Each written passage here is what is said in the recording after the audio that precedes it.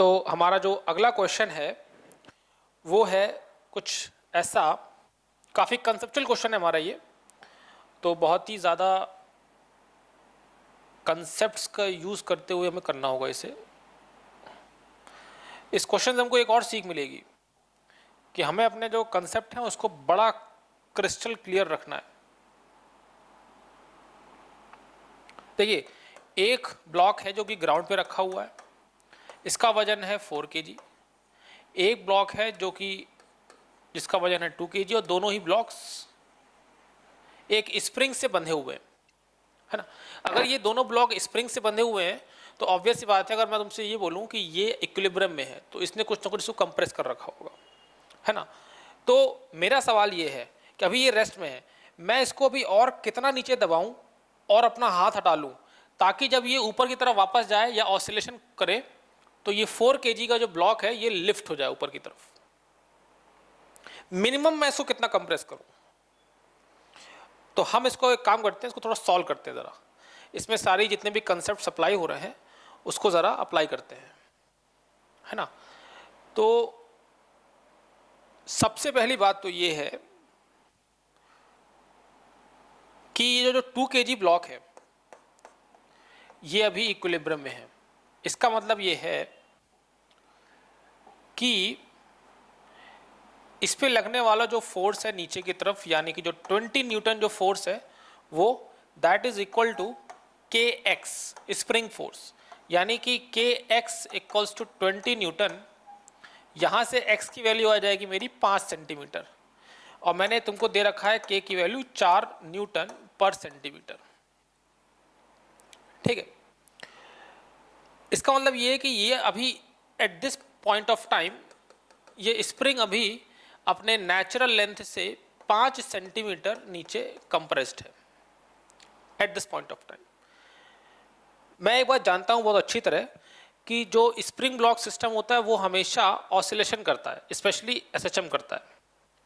अगर वो एसएचएम करता है इसका मतलब उसका कुछ ना कुछ मीन पोजीशन होगा। मीन पोजीशन कौन सा होता है? वो जगह होती है कि जहाँ पे बॉडी पर मेरे नेट फोर्स 0 लग रहा होता है, और ख़ास बात ये है कि ये वही पोजीशन है मीन पोजीशन। मीन पोजीशन क्यों? क्योंकि इस पोजीशन पे at this point of time 20 Newton और के एक्स बैलेंस हो रहे हैं। ये स्प्रिंग का नेचुरल लेंथ पोजीशन है, ये पोजीशन। मेरे दिमाग में ये बात आती है